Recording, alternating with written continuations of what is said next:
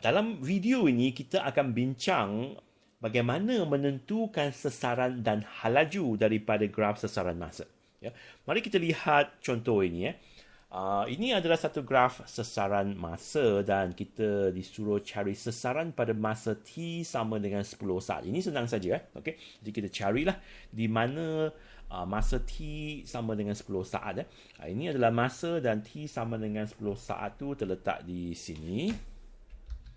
Jadi biasanya saya akan suruh pelajar saya dengan menggunakan pembaris.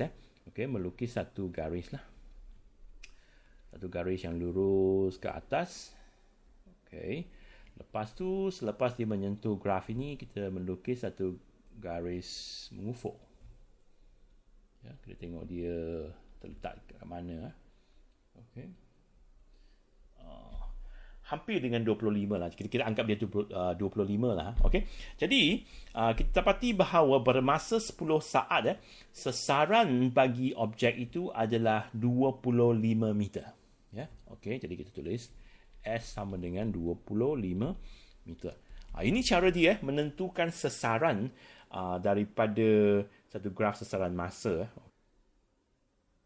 Okay. Mencari sasaran dan jarak. Okay. Soalan ini berbeza sedikit dengan soalan tadi. Okay. Dalam soalan ini kita disuruh cari sasaran pada masa 25 saat. 25 saat tu dekat sini lah. Ini sama saja. Iaitu kita lukis satu garis ke atas. Okay. Lepas menyentuh graf ini kita lukis satu garis mengufuk. Okay. Kita dapati bahawa pada masa 25 saat ini sasaran dia sama dengan 20 meter. Okay. Jadi S sama dengan 20 meter. Ya. Soalan B pula suruh kita cari jarak yang dilalui dalam masa 25 saat. Daripada 0 hingga ke 25 saat jarak yang dilalui. Jarak adalah sama dengan jumlah sasaran yang dilalui oleh objek itu. Kita dapati bahawa pada 15 saat yang pertama, objek itu bergerak 40 meter. Ya. Okay.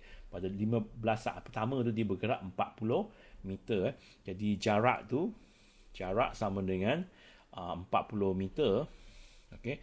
Daripada masa 15 saat hingga 25 saat, dia bergerak daripada 40 ke 20. Ini sasaran dia. Sasaran 40 ke 20. Ini bermakna dia sudah bergerak 20 meter. Okay. Jadi dia bergerak 20 meter. Jadi jumlah jarak yang dilalui adalah 60 meter. Ini adalah beza di antara jarak dan sasaran. Sasaran tu dia adalah pada satu ketika. Ya. Pada ketika itu sasaran tu sama dengan berapa? Itu sasaran dia. Tapi jarak itu adalah jumlah sasaran yang dilalui dalam satu jangka masa tertentu. Ini adalah beza dia lah. Okey. Last kali kita tengok mencari halaju. Mencari halaju daripada graf sasaran masa. Okey. Sebelum ini kita sudah tahu bahawa bagi graf sasaran masa, halaju adalah sama dengan, kita tulis dulu lah. Halaju, simbol bagi halaju adalah V lah. Adalah sama dengan kecerunan graf. Kecerunan graf. Nah, untuk mencari kecerunan graf tu, kita kena pilih 2 titik lah daripada graf itu. Supaya kita boleh menentukan kecerunan dia. Katakan kita pilih masa 10 saat ini. Okey, masa 10 saat. Lepas tu kita dapati bahawa pada masa 10 saat tu sasaran dia 25 lah. Dan satu lagi titik kita pilih di sini. Okey. 0 saat. 0 saat. Okey. Kecerunan graf sama dengan perubahan Y. Ini perubahan Y. Perubahan Y ini sama dengan 25 tolak 0 lah. Bahagi dengan perubahan X. Perubahan X ini sama dengan 10 tolak 0. Okey. Ini sama dengan perubahan Y bahagi dengan perubahan X. Perubahan Y sama dengan 25 tolak 0. Perubahan X sama dengan 10 tolak 0.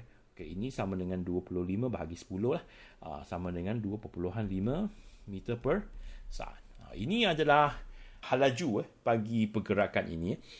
Oleh kerana dia adalah garis lurus, maka kita boleh terus mengambil titik yang terakhir dan titik permulaan ini untuk mencari kecerunan dia. Okey. Sekali lagi, okey. Bagi graf sesaran masa, halaju adalah sama dengan kecerunan graf. Dan ini adalah cara kita mencari kecerunan graf. Dalam video sebelum ini, kita sudah belajar bagaimana mencari halaju daripada graf sesaran masa, iaitu bagi graf sesaran masa, halaju sama dengan kecerunan graf. Dalam video ini, kita akan bincang bagaimana kita boleh melakarkan graf halaju masa daripada satu graf sesaran masa. Okay. Graf di atas menunjukkan perubahan sesaran satu objek dalam masa 12 saat. Dengan menggunakan graf ini, lakarkan graf halaju masa bagi gerakan objek ini. Okey. Ini graf sesaran masa. Kita nak lakar graf halaju masa. Kalau nak lakarkan graf halaju masa, kita perlu tahu halaju dia pada setiap masa lah. Okey. Dan halaju adalah sama dengan kecerunan graf. Okey. Jadi kita mula dengan 0 ke 4 saat. Okey, bagi gerakan daripada 0 hingga 4 saat ini, halaju V, V sama dengan kecerunan graf. Kecerunan graf, ini adalah gerakan 0 hingga 4 saat. Kecerunan graf sama dengan 15 bahagi 4. 15 bahagi 4. Ini sama dengan 3.75 meter per saat.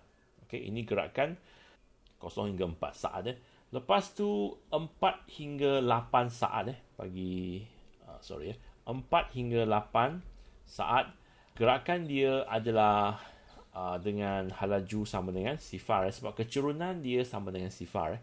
Kecerunan M sama dengan sifar, maka halaju adalah sifar lah. Okey, akhir sekali daripada 8 hingga 12 saat, okay, halaju dia sama dengan kecerunan graf. Kecerunan graf ini sama dengan di sini 5. Okey, 5. Okey, 5 tolak 15.